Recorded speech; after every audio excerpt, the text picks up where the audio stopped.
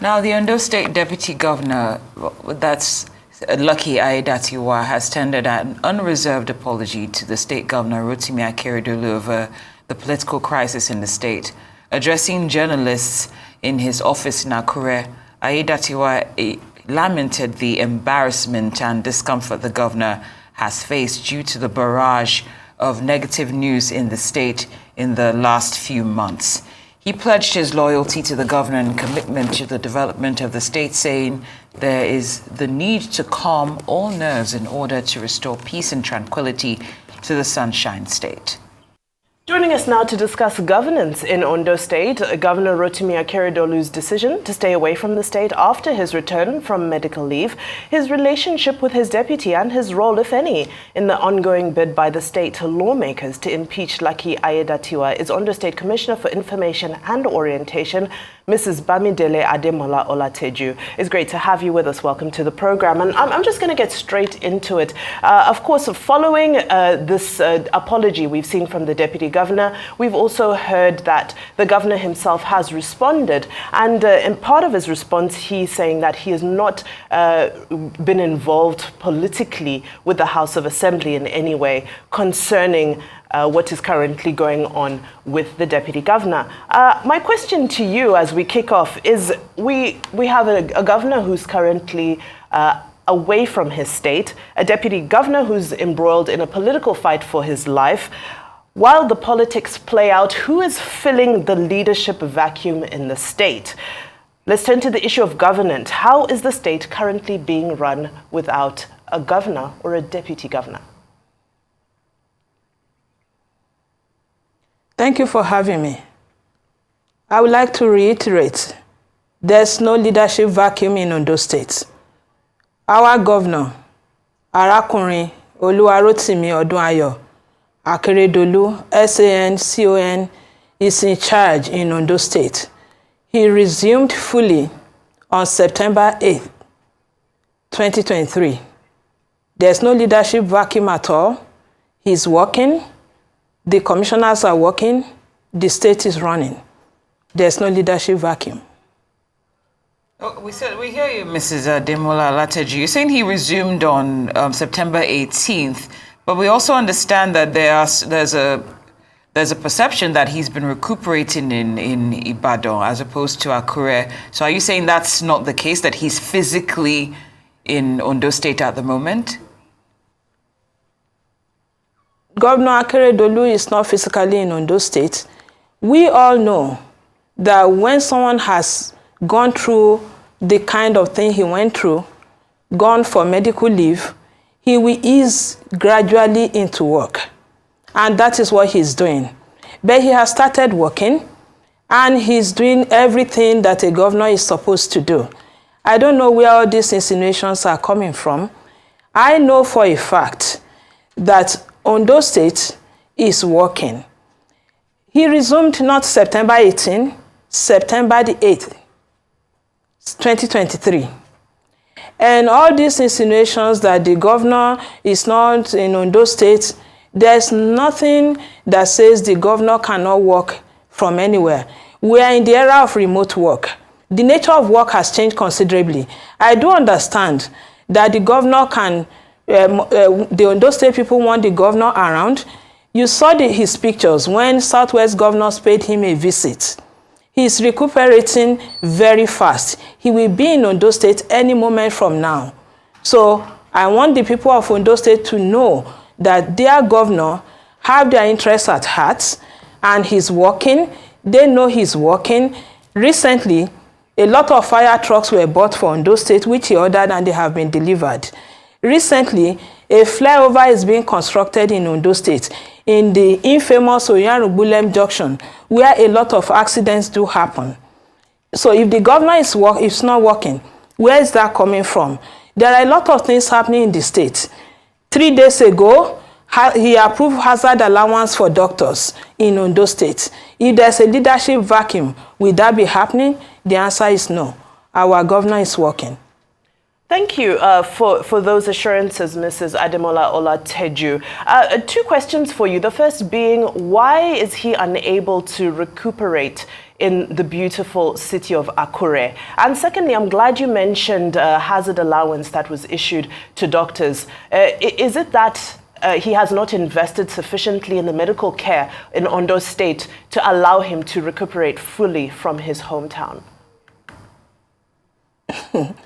No, that's not the case at all.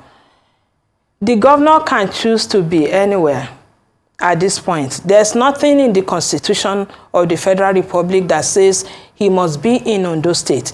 It is a nice thing for him to do so. He wants to be where he's comfortable. He wants to be around his family.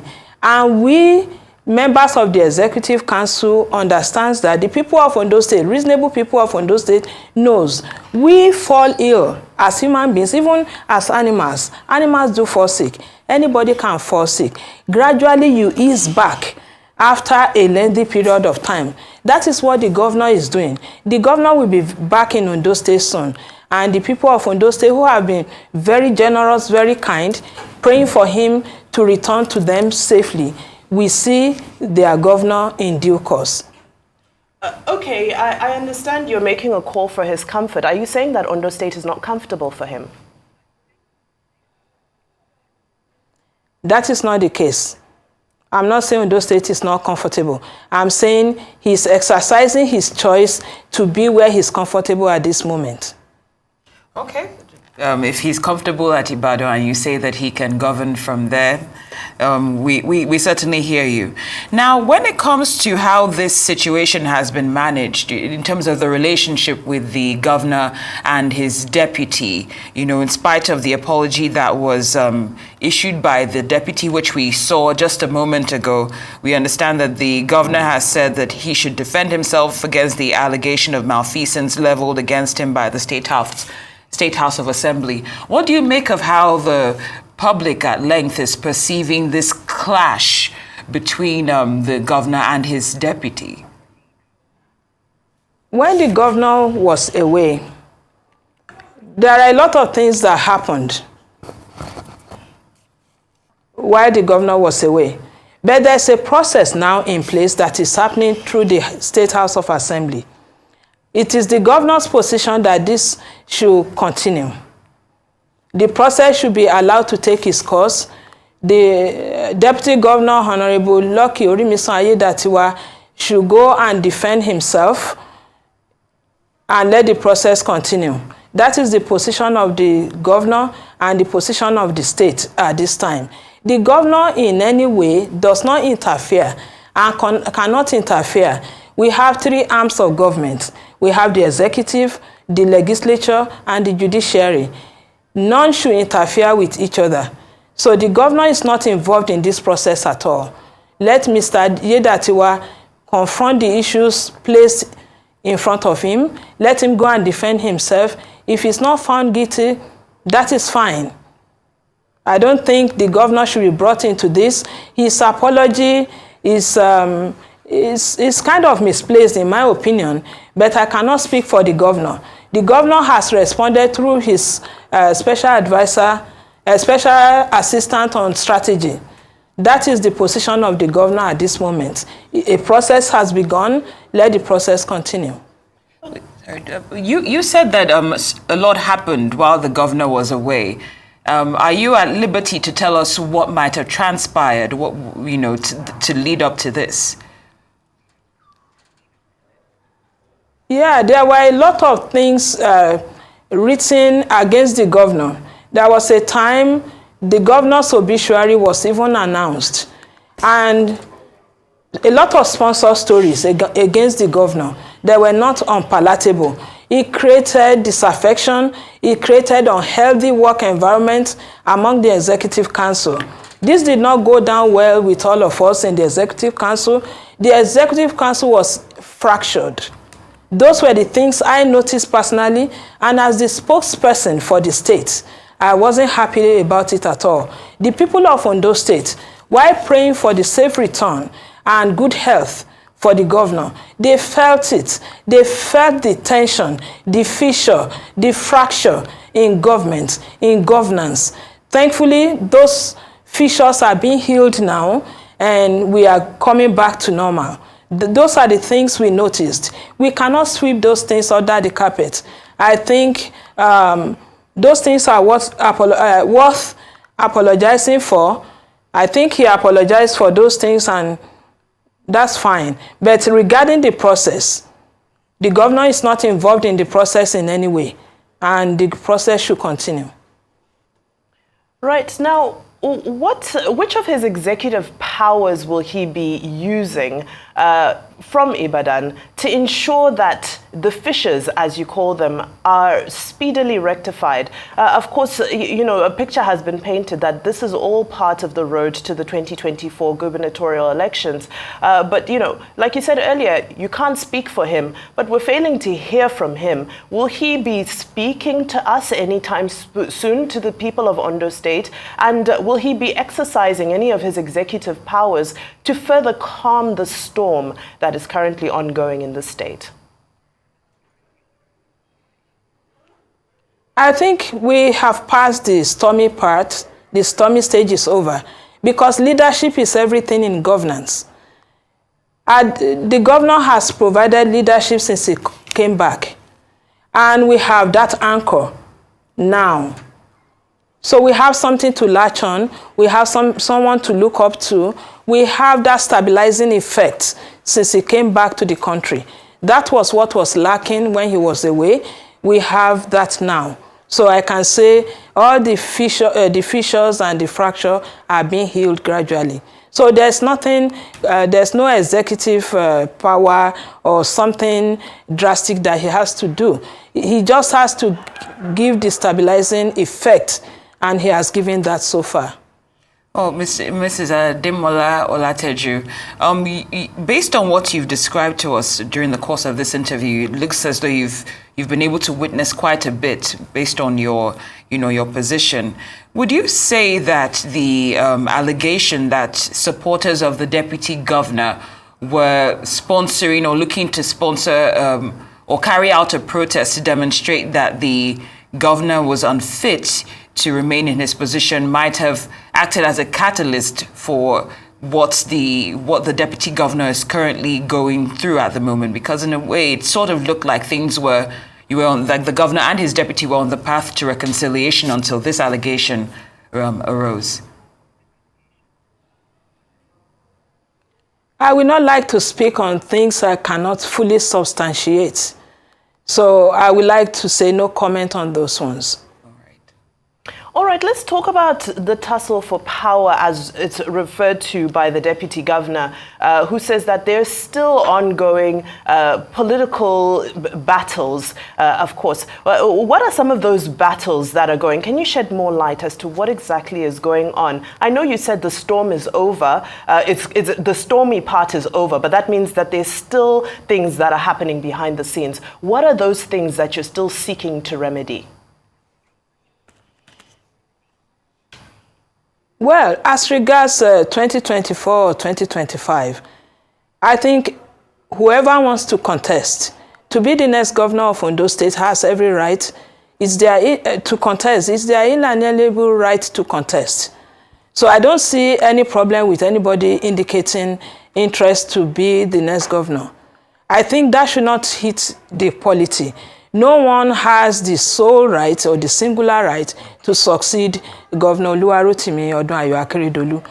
So everybody who wants to contest can go and contest. But for now, we have only one governor in the person of Arakunrin Oluwarotimi Odunayo Akeredolu, and that subsists until February 24, 2025. Politicking has begun in earnest. All of them are jostling for position, and no one should attempt to cast blame where there are no blame. Every candidate from anywhere can aspire to be the next governor. Let them go to the field. Let them prove their mettle on the field. For now, what we want is for governance to continue, for us to continue to execute on the mandate of Governor Oluwarotimi Odunayo Akeredolu in full gear without let or hindrance from any of the candidates aspiring to succeed him. So what do you think will be the governor's legacy in terms of how posterity will judge him when he's completed his tenure? Oh, there are a lot of things I can count. One of those things that stands Akeredolu out, head and shoulders above a lot of people, is the strength of his moral courage. Governor Oluwarotimi Odunayo Akeredolu stood for this entire Southwest when we were visited by marauders looking to pick us off the streets, off our expressways like grasshoppers. He stood and established Amotekun to protect all of us in the Southwest. That will be a legacy that will stand for ages. Governor Odunayo Akeredolu has obtained license to establish the first deep sea port that will go 2 kilometers down into the sea in West Africa. That will be the first. That will be a legacy. And whoever wants to succeed Governor Oluwarotimi Odunayo Akeredolu, we have to build on those fantastic legacies. He established the first entrepreneurial agency in this country. We are going to have an entrepreneur village that is under construction, first of its kind in Africa. He has built the foundation that the coming governor, whoever succeeds him, will find it very easy, even if he folds his hand and does nothing. So much of Akeredolu's work will begin to ripen by 2027 because he has laid the foundation, be it in entrepreneurship, be it in infrastructure, be it in education, be it in health. So a lot will speak for Odunayo Akeredolu when he leaves office. And we are looking forward to someone who will continue that legacy. Enough of that bickering, enough of the tension in Ondo State. We just want the Sunshine State to continue on the path of progress. We want to have tranquility. We can be like Lagos and even beat Lagos when our seaport comes into fruition. So we can begin to generate jobs for our teeming youth. We want to tackle the youth bulge. Those are the things we are looking forward to, not this rancorous, divisive thing that is going on in Ondo State. All right. Now, we've heard from some people in Ondo State that this is all about the election. I'm going to take you back there. And the question is being asked, are you and the APC not embarrassed that the state is struggling with politics for elections that are not happening this year and are affecting governance? As a government, is this a good reflection on, as we talk about legacy, is this a good reflection on how you fared if a tenure is coming to an end with bickering prior to an election, and as APC as well? I'm here to talk about Ondo State, not my personal opinion, but I would like to say that I'm scandalized by the early bickering that started this year. The primaries for the governorship is not anywhere soon. Maybe May or April, that will be the primaries. But all this started immediately after the presidential election, and it's mainly focused, the focus started because the governor is ill. I don't know why this started.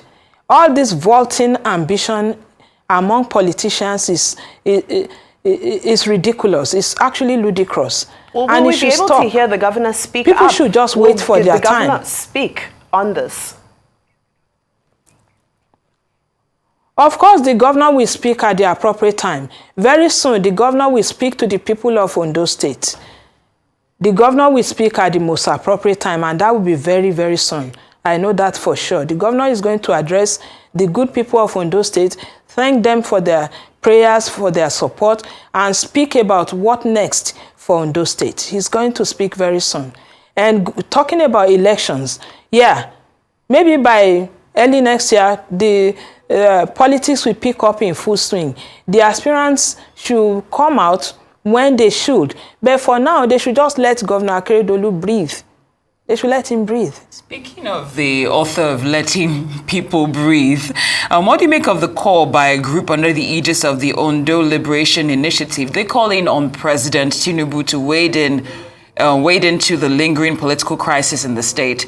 They're also alleging that there's need for the governor to return overseas for appropriate or adequate treatment.